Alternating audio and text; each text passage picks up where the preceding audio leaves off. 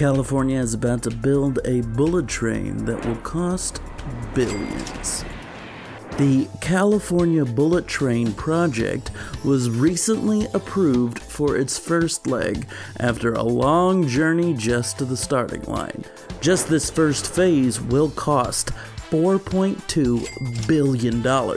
That's just an estimate on the initial stretch, not even the full price by a long shot. The initial estimate for the entire project was $40 billion, though even that astounding estimate is on the low side. Experts think that the final cost will end up being over $100 billion. It's said to be the most expensive public infrastructure project in the United States of America's history. It will hit hubs all over California, stations like San Francisco, San Jose, Fresno, Burbank, and of course, Los Angeles. It will undoubtedly funnel money back into the state, which it would have to do to make up for that insane price tag. The California High-Speed Rail was designed to create a much easier time for the public to travel between hubs like Los Angeles and San Francisco. Right now, this is one of the most popular routes, with over 17 trains making the run every single day. Right now, though, it's not exactly a pleasant trip. That's because it takes around 10 hours to make the journey by rail. This really hurts the trains because a flight from LA to San Francisco only lasts about an hour and a half. That's a pretty huge difference. The price is the other obstacle they have to contend with.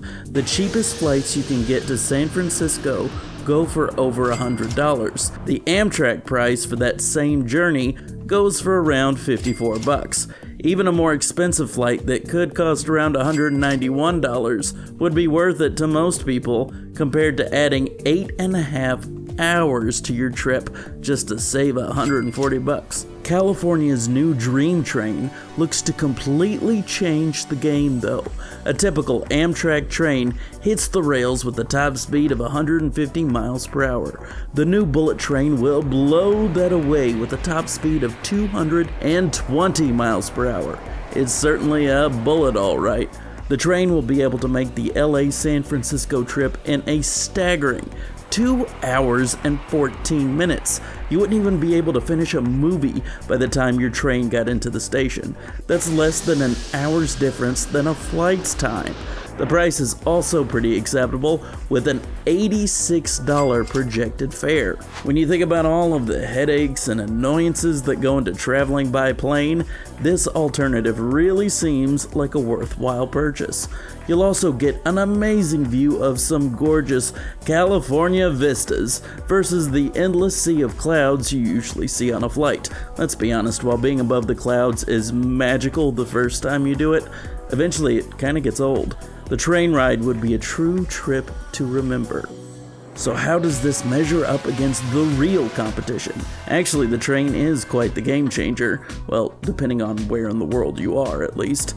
As far as North America goes, it would definitely be a ringer.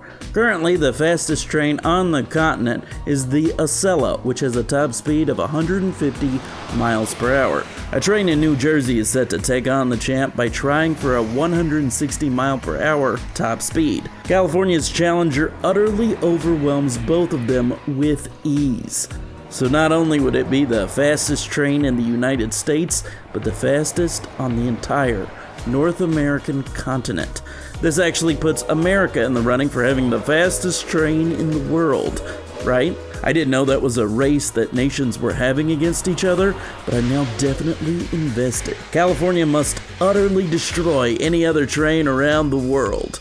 When you think of bullet trains, you probably think of Japan. That partly has to do with Hollywood's obsession with showing big budget action sequences while their trains fly through the rails at unbelievable speeds, though not so fast that there can't still be cool samurai sword fights on top of them. This gives most people the impression that the fastest trains in the world actually come from Japan. And they'd be right. Bullet trains in the country certainly deserve that kind of reputation. Even the normal ones can fly at speeds of over 200 miles per hour with ease. The California high-speed rail would certainly take most Japanese trains down in a race, though Japan has itself a ringer. Currently, the fastest train in the world is the SC Maglev. This train can go at speeds of 374 miles per hour.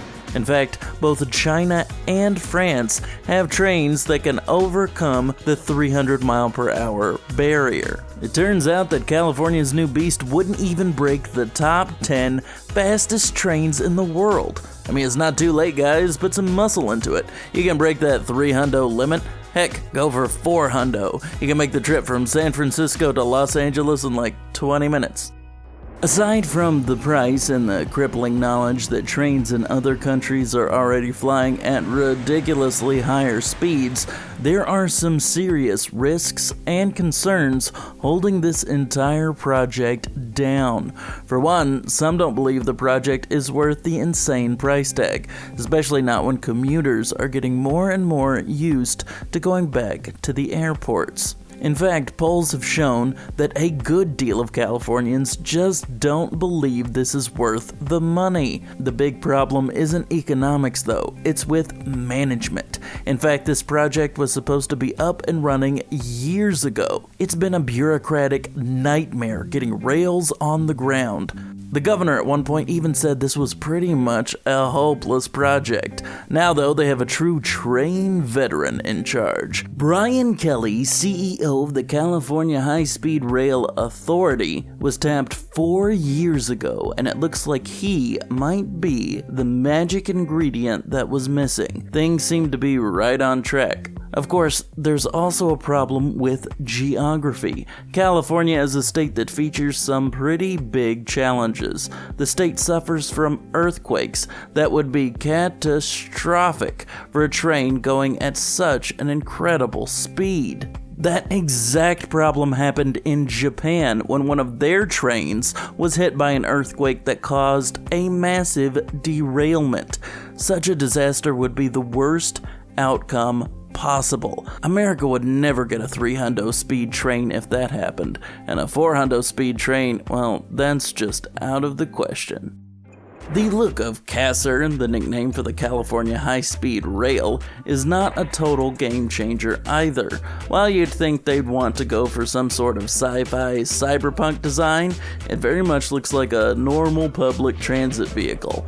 The bold gold and blue color scheme also kind of make it seem like it's carrying a high school football team to a game or something. For several billions of dollars, you'd expect it to look at least a little bit like the Batmobile. Am I right? I'm really starting to think the designers of these trains are more concerned with their speed, efficiency, and safety than they are with whether or not they look cool. A real shame if you ask me. The rest of the world really has America beat when it comes to trains. I mean, people are willing to shell out over $3,000 for the Maharaja's Express in India. That is next level.